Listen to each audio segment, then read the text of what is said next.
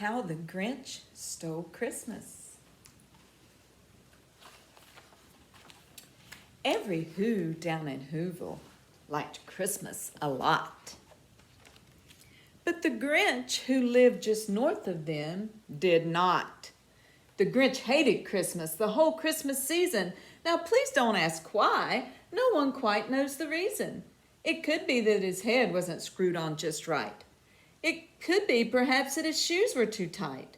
But I think the most likely reason of all may have been that his heart was 2 sizes too small.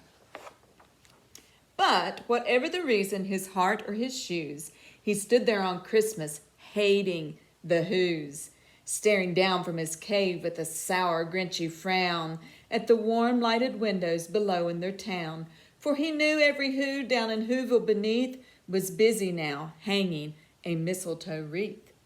And they're hanging their stockings, he snarled with a sneer.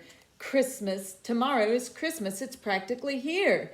Then he growled with his Grinch fingers nervously drumming, I must find some way to stop Christmas from coming. For tomorrow, he knew, all the Who girls and boys would wake bright and early, and they'd rush for their toys. And then, oh, the noise. That's the thing that he hated, the noise.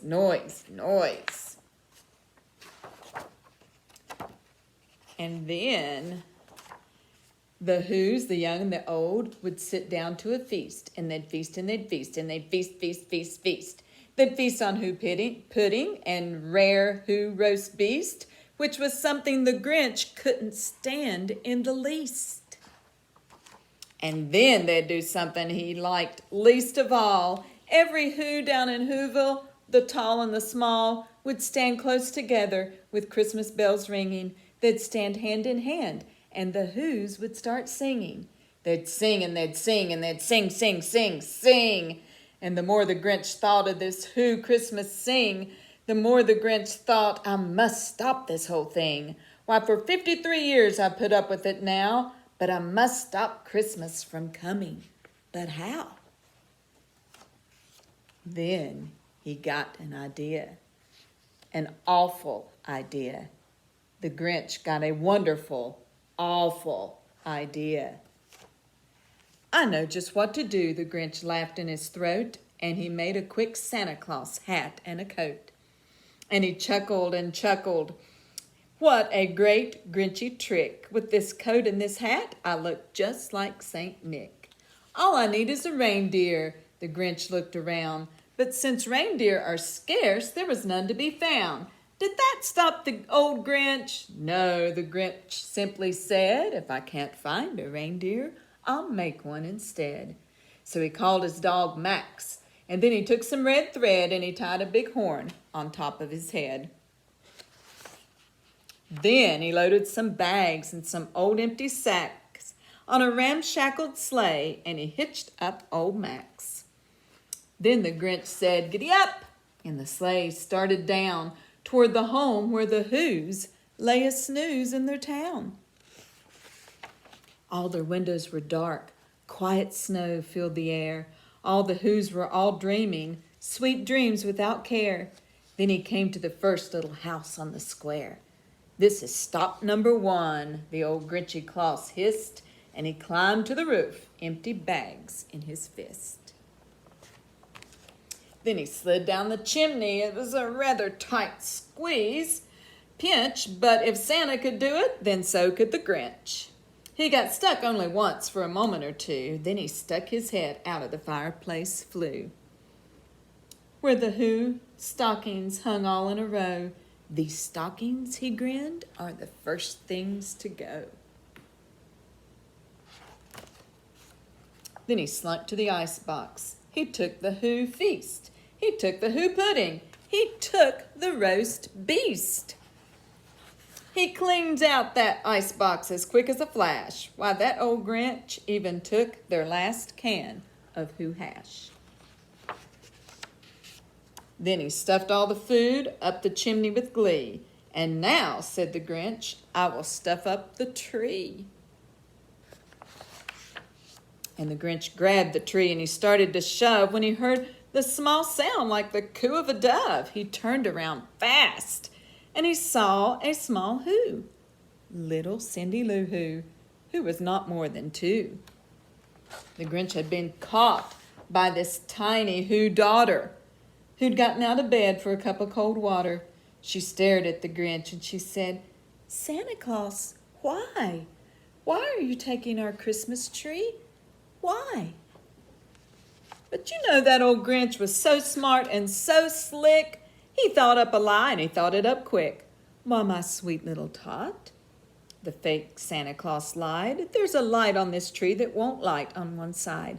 So I'm taking it home to my workshop, my dear. I'll fix it up there and I'll bring it up back here." And this fib fooled the child. Then he patted her head and he gave her a drink and he sent her to bed. And when little Cindy Lou Who went to bed with her cup, he went to the chimney and he stuffed the tree up. Then the last thing he took was the log for the fire. Then he went up the chimney himself, the old liar. On their wall he left nothing more but hooks and some wire. And the one speck of food that he left in the house was a crumb that was too small for a mouse. Then he did the same thing in all the other Who's houses, leaving crumbs much too small for the other Who mouses.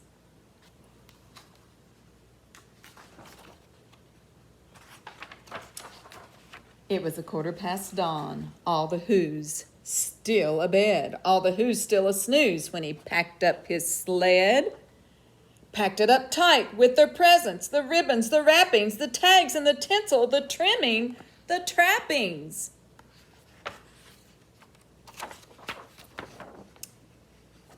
"3,000 feet up the side of Mount Crumpet, he rode with his load to the tip-top to dump it. Pooh-pooh to the Who's, he was Grinchiously humming. They're finding out now that no Christmas is coming. They're just waking up. I know just what they'll do. Their mouths will hang open a minute or two. Then the Who's down in Whoville will all cry, boo-hoo." "And that's a noise," said the Grinch, "that I simply must hear."